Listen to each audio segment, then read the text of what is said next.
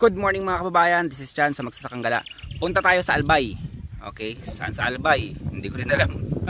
Basta pupunta tayo sa Albay. Kung ano madap na natin doon, that's it.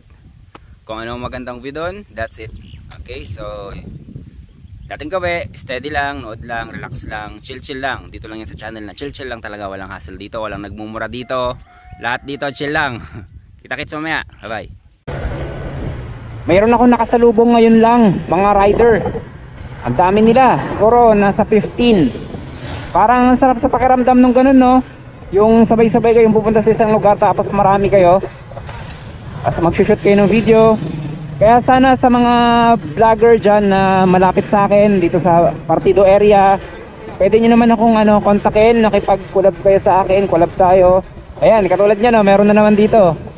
Collab tayo. Ayan sila. Tapos gala tayo kung saan, gawa tayo ng content. Baka sakaling makatulong din ako sa pagdami ng mga followers nyo. Message nyo lang ako, pwede nyo akong kontakin sa cellphone number ko. Nandyan yan sa page natin. Nandyan din ang email ko. Pwede nyo rin akong i-PM mismo sa page natin. PM nyo ako. Tsaka parang napapansin ko sa mga vlogger na taga Bicol, bakit parang natatakot kayo makipag-collab sa akin? Huwag kayo matakot makipag-collab sa akin, promise mabait ako. Si Anyway Highway TV lang yata ang gusto makipag-collab sa akin. Tsaka hindi ako mahal maningil ng talent fee ko pag nakipag-collab. Hindi, joke lang. Hindi ako naniningil ng talent fee pag nakikipag-collab ako, ha. And then in the first place, wala pa akong collaboration sa ibang vlogger, pero I'm willing anytime.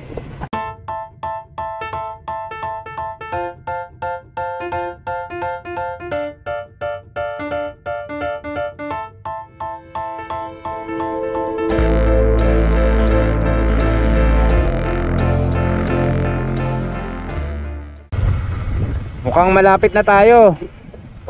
Medyo nahirapan ako baybayin dahil niligaw na naman tayo ni Google Map. Dadalhin tayo sa may papuntang Visayas. Maligali ko si Google Map eh. Pero eto na, finally narating na natin. Siguro mga 3 oras din biniyahe natin. Tara.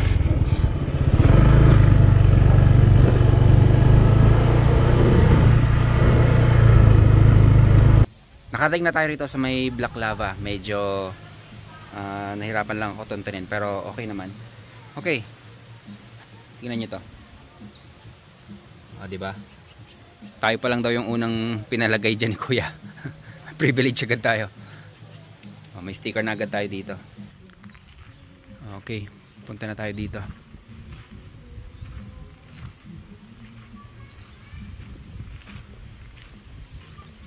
Puntahan natin dito. Konting lakaran lang. 2006 pala dumating yung lava na yan. Napush nang napush yung 2006 eruption. Ang galing, may mga pine tree. Parang naalala ko may naalala ko sa gantong itsura ng lugar sa Baguio. Parang naalala ko yung nag-aaral pa ako sa Baguio noon. Gantong-ganto rin yung mga puno nun. Pwedeng ipasya lang ang pamilya nyo dito. Ang entrance dito is 50 pesos per head. Siguro kung marami kayo, I'm sure bibigyan naman kayo ng discount. Sarap pakinggan talaga ng mga ibon. May mga bulb light Okay siguro yan pag gabi papailawin. May mga maliliit na kubo din. Siguro pinaparentahan nga din yan. Kung gusto nyo mag-overnight dito, mag-rent ka dyan.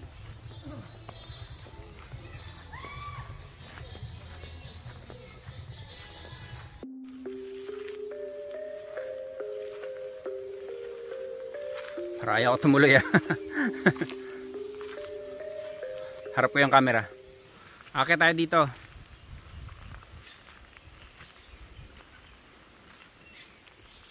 Grabe, nakakatakot yung mga baton, lalaki. Diretso tayo.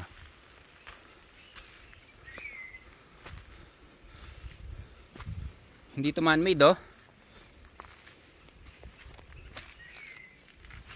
Yeah.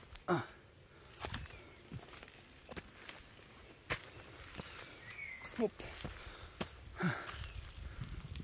Kita tayo doon.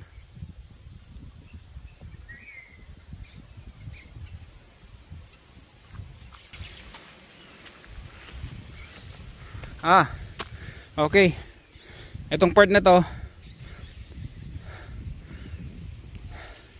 sementado na. Man-made na to. May mga semento na siya. Oop.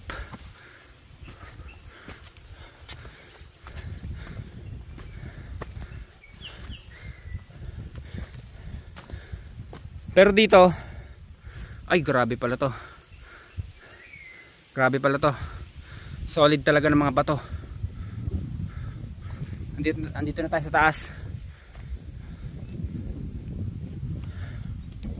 Tignan niya sa likod natin, oh. Ayan yung zipline. 350 yata ang bayad. 350 pesos mula dito at ibabiyahe ka niya hanggang doon. Diyan. Hanggang dyan. Just imagine yung mga malalaking bato na ito lahat na nakikita nyong yan hanggang dito sa buong paligid natin, hanggang dun pa sa baba. Nagmula yan sa Mount Mayon. Ilang kilometro ang binaybay niyan papunta rito. Lava ang mga bato na yan. So ang layo ng tinravel niya. 2006 daw ito dumating dito nung nagkaroon ng eruption sa Mount Mayon.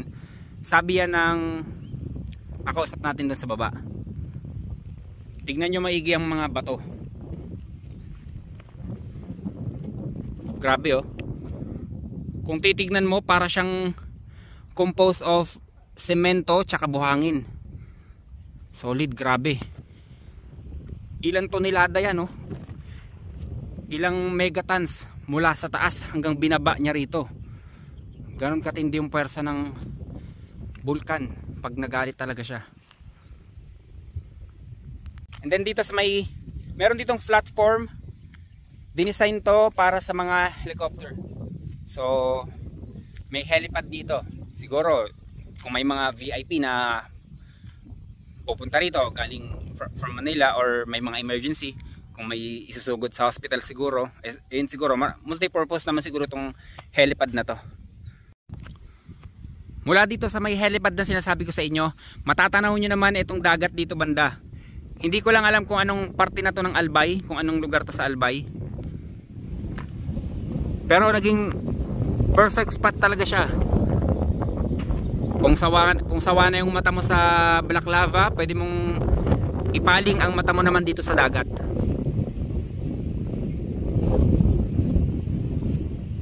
Ang galing. Ang isa pa sa nagpadagdag ng attraction sa lugar na to, yung mga puti-puti niya sa bato, yung mga nakakapit sa bato na kulay puti. Ito, papakita ko. Yung algae. Oh, ang galing, oh. Lumot. Yun, lumot. Green yan. Ayan, ganito talaga ang kulay niyan, green. So, syempre kapag malapit na yung katapusan nila, yung naiinitan din kasi sila, eh. Malambot yung mga algae na yan. Pag sa init talagang saglit lang yung buhay nila. Nakakapagdagdag attraction siya. Ang masasabi ko sa lugar na to, although kilo-kilometro ang nasirang mga ari-arian, nasirang mga taniman, mga nasirang iba nilang produkto dahil nga sa pagbagsak dito ng tong black lava na rin tawag. Although ganun man na nangyari, nagbukas naman ng panibagong opportunity na maging tourist spot, tourist destination ang lugar na ito. So ganun pa din, win-win situation pa din. Pinagkalooban pa rin sila ng tagapaglikha ng opportunity para makasurvive, no? Sa makakuha sila ng pang-araw-araw nila na panggastos. Sa pagpunta rito, kailangan nyo ng hindi naman kalakihang budget, no? Kasi ako usually panggas lang naman talaga kailangan ko, maalis ako sa bahay ng busog. So hindi na ako nakain dito sa labas, nakakatipid ako. Kahit panggas lang, and then pang entrance fee na 50 pesos, okay na yun. Ang mahalaga na puntahan mo tong lugar na to. Kasi paano ko ba sasabihin to? Though naghihirap tayo para sa mga pamilya natin, no? Para makakuha tayo ng sapat na income para sa kanila. Magkatrabaho tayo 8 oras, 12 oras, overtime para sa kanila. Kailangan din natin enjoyin yung sarili natin. Ang isang kalaban ng tao yung stress, anxiety. Siyempre, sama-sama na yan, kasama na dyan insomnia. Nandun na yung mga yan. Ang solution lang dyan, siyempre, kailangan mo ng peace of mind. Kailangan mo rin makapamasyal, makapunta sa mga lugar na ikaw lang, na makakapagpababa ng stress mo, ng depression mo, mailalabas mo yung nararamdaman mo sa lugar na nakikita mo. So, advisable ang mga gantong lugar. Nakikita mo ang bundok. And then actually, one of the historical places na rin to eh. Dayuin nyo, huwag nyo pang hinayangan yung pera. Nakapanghinayang gastusin yan. Kung may mga dapat ka pang unahin na gastusin. Deserve nyo din magpahinga, deserve nyo rin pumunta sa mga gantong lugar. Pasyalan nyo.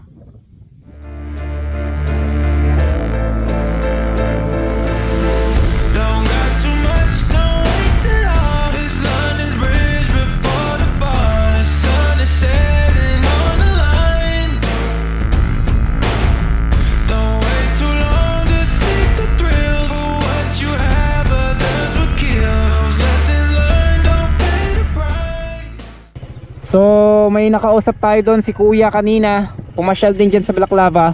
Nakuha ko yung information sa kanya na may tinuro siya sa aking daan papunta sa may Green Lava naman. Ito nga, babaybay natin to.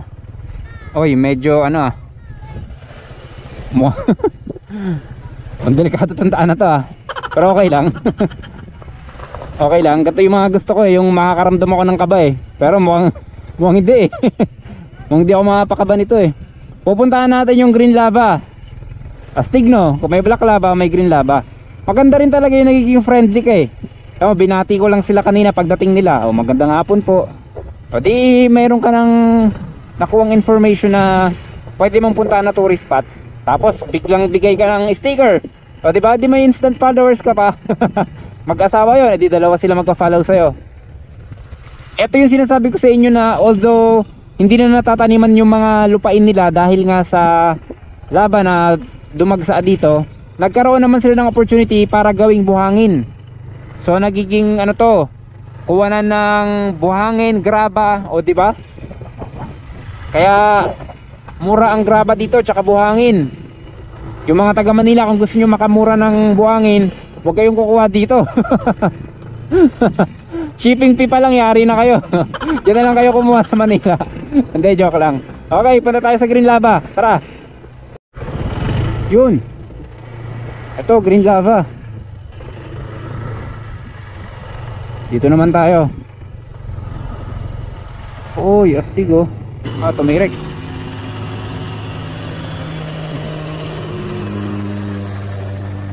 Boss, saan papuntang Green Lava? Diretso lang. Thank you. Dito na tayo sa may Green Lava. Panginaantay natin. Gala na tayo. Okay, ito palang mga ATV sa likod ko. Kung mura lang naman pala ang arkila niyan, 100 pesos lang pala. So pwede mong arkilain and then kung saan mo gusto pumunta. Gusto mo pumunta ka rin sa taas ng Mayon, kaya lang bawal doon. Ika tayo doon. At ito ang kabuuan ng paggagala natin sa Albay. Nagsisimula pa lang tayo. 3 buwan pa lang mula nung sinimulan natin ang paggagala-gala. Kaya sana subaybayan nyo pa din ako dahil marami pa tayong pupuntahan. Ako si Chance at ako ang magsasakang gala.